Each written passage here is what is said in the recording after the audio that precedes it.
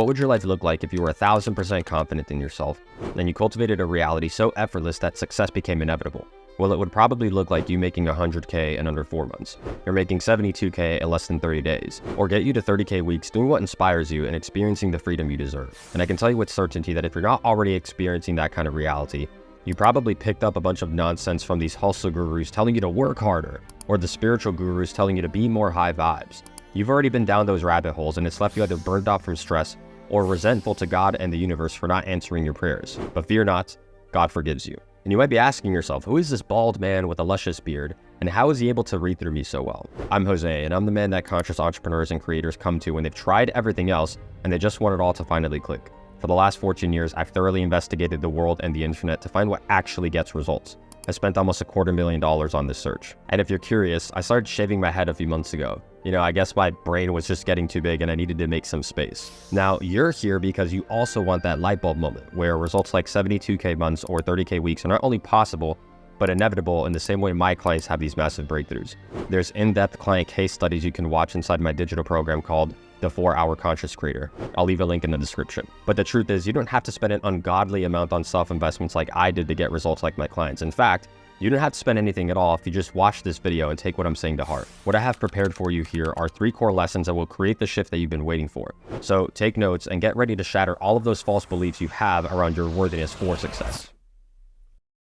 Lesson 1, think less and feel more. Now, when I say think less and feel more, what do you think that means? Am I saying to be dumb? Nope. Do I mean that ignorance is bliss? Nope.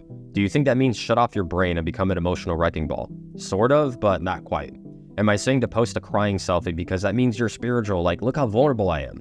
No, absolutely not. Do not do that. It's the most cringe thing in the world, and emotional vulnerability is between you, yourself, and your most trusted community, not strangers on the internet. I'm quite proud of the fact that in all the years I've been creating content, not once have I ever posted a crying video. Well, I guess that's not totally true. I did post one time, but it was tears of joy because I just had my biggest month in business, but you get my point. What I mean is that your mind, as powerful as it is, can also be the biggest limiting factor in seeing through reality clearly, especially if you tend to be more intelligent or have already done a lot of the work of reading books, listening to self-help and spiritual content, and watching people like me yap endlessly about consciousness. You've already opened the door to the deeper knowingness about yourself and reality. And the more you try to think your way through your problems, the further you get from the solutions that are actually designed for you in your soul's path. Because most people don't have an information problem, they have an implementation problem. In fact, I'm almost certain that you're drowning in information. Just look at your YouTube search history. Hello, how are you? I am under the water. You think that more information, more videos, more books is going to somehow give you a magical download that makes everything click. And while you're always going to be learning new things as you go along your journey, seeking more information can very quickly turn into overthinking and analysis paralysis. Overthinking makes you doubt yourself and question your own intuition, which causes you to weaken your frequency and implement poorly. You doubt your own power and endlessly search for permission slips outside of yourself as confirmation that you're ready for that next level.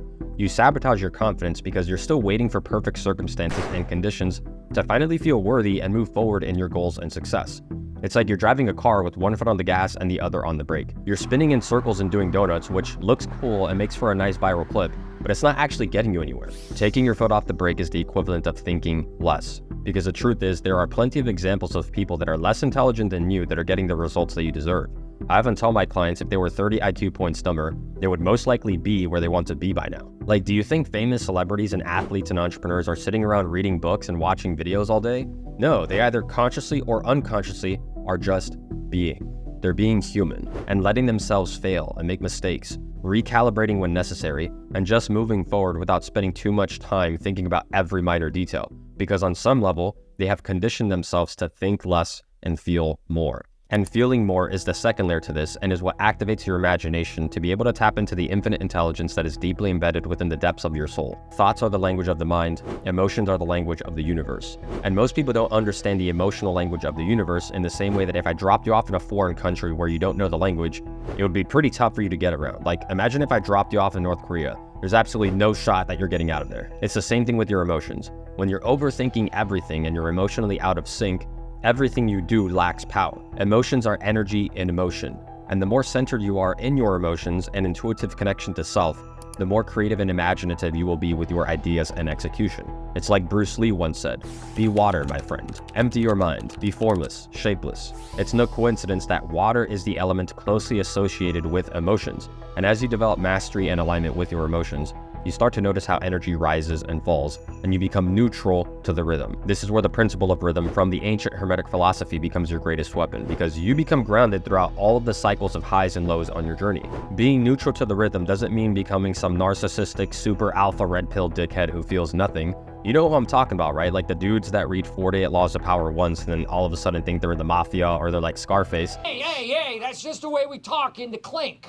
Been a lot of fun talk about prison today. Like, it's funny, but that's what hustle culture wants you to believe, but it's quite the opposite. Emotional neutrality at the highest levels means because you've made the conscious decision to feel everything, you no longer become overreactive to the ebbs and flows, because you're familiar with them. When you feel resistance and pain in your reality, no problem. You know that this too shall pass and that the rhythm will swing back in your favor. When you're on top of the world and you feel like you're winning, no problem. You don't become over-celebratory or attached to it because winning is normal to you. It's your most natural state of being. So why even celebrate? Humble your ego. Neutrality. Like a monk on the battlefield or a warrior in a temple, you are calm and confident in all circumstances, environments, experiences, and events. And when this is your dominant frame of reality, your imagination and intuition begin to speak through you to assist you in the cultivation of your desired reality. And you start to see the spaces in which you can effectively create more abundance, success, and flow. That is the kind of being who penetrates reality without having to force their way through life. That is confidence. I remember back when I wanted to do stage speaking, and when I did it, I thought that confidence looked like jumping on stage and yelling at people like Tony Robbins. And then I did that, and it was fun for a little bit. Like, I learned a lot about myself, but honestly, it just felt off. Like, it felt like it wasn't me. I'm more laid back and casual. I'm naturally much more of an introvert. And I honor that more closely now because I think less and I feel more. I'm not judging myself throughout the whole process of business, entrepreneurship, and creation. I'm just simply being. I'm being myself. And that is because I think less and I feel more. And you should do the same by subscribing to my channel. Don't think about it. Just hit the button. Do it. Do it now. Do it now. We're not moving on until you do. If you can't do the time, don't do the crime. Okay, time's up. Lesson 2, reduce importance. We've all been there, including myself, where you desperately want something to happen, and the more you want it to happen, the further it gets away from you. And it's frustrating because you're wondering what you're doing wrong, or if you don't deserve it yet, or if God hates you or something. But that's not the case. God loves you. That's happening because reality is like a hot girl. If you frantically chase her and try to persuade her, the less interested she is. But if you're calm, confident, and behave as if you don't need it, now she chases you. The universe is no different. Write this down, tattoo it on your forehead, that this reality doesn't respond to thought or desire, it responds to frequency. And the more you want something to happen, the less you manifest the corresponding reality in which it is happening, because you are broadcasting a vibrational frequency that doesn't match that reality. Let me explain this. When desire is high, there is an imbalance in the energetic plane. Balancing forces have no choice but to push away the thing you want so badly.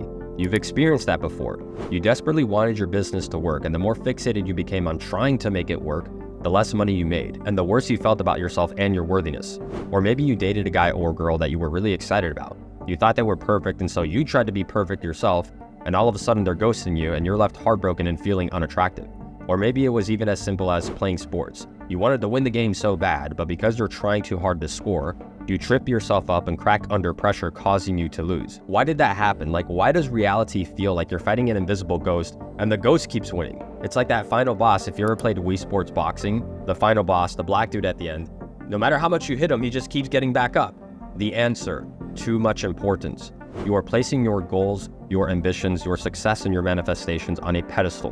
When you place things on a pedestal, you are unconsciously signaling to the world that you don't have them now and that you are not worthy of effortlessly experiencing them. This is exactly why affirmations don't work. You can say all the cute mantras you want until you're blue in the face, but they will never work. Why? Because if you have to write down an affirmation like I am confident, or I am rich, or I am loved, what are you energetically communicating to the universe? You are literally telegraphing to the energetic plane that I am not rich or confident or loved now. And that is sabotaging your organic experience of having them in your reality now. Like I said earlier, reality responds to frequency, not thought. And all of the theatrics of vision boards, rituals, meditating harder, morning routines, begging God for a sign, All of it is interrupting the reality lifeline where you naturally experience your preferred circumstances. And so what is the actual solution here? Like, I can hear you saying, Jose, I totally get that, but how do I actually make everything click? Non-neediness and assumption. Let go of your attachment to the outcome and assume it's already happening, or at the very least, that it's on the way. When you're needy, you radiate a frequency that is rigid, stiff, and overcalculated. And this is why most people fail to manifest their desires, because they grip too tightly, causing them to become impatient, over-analytical, and mistrusting of divine timing. And once you're able to detach from the outcome, you begin assuming as if you're already worthy of the abundance and success you're looking for. And this is absolutely paramount to creating your desired reality. If you've ever done any kind of sales before, which I highly recommend you learn sales as a skill set for life, because unless you're going to live on an island and your best friend is going to be a volleyball named Wilson, then it absolutely makes sense to master your communication skill set. But in sales, you learn non-neediness and assumption early on. You assume that your prospect on the other end of the interaction is there because on some level, they already want what you have. And you're also not totally dependent on closing the sale because you know whether or not they actually purchase from you, your needs will be met and you'll find other customers. Your job is to make it easy for them to say yes. You're assuming they want it and you don't pressure them with force because you don't need it. And all you really need to do as a facilitator is reduce all of their sales resistance and show the prospect why your product or service is the most beneficial thing that they can do right now to solve whatever problem they have in their life. That's it. And that is the same approach you take with what you desire out of your reality. You make all of your desires unimportant by assuming they are already here. And if it's already here, then you're familiar with them. It's like that time when I was 21 and I bought my first BMW. For the first 2 weeks, I wanted to drive it every single night, as many hours as I possibly can. I would get home from work and just jump in the car for like 2 hours. But after those first 2 weeks, it was normal. There wasn't anything fun or new about it. And then I crashed the car like 6 months later and then I really missed it. And yeah, that's a whole crazy story. I got rear-ended by a drunk driver. I was driving home on New Year's at like 4 a.m. and I got rear-ended by this drunk driver. And she tried to speed off. The cops caught her, they arrested her, they brought her back to us. And she's like in handcuffs in the back of the cop car, cursing at my brother. And my brother's like, dude, fuck you, this is your fault.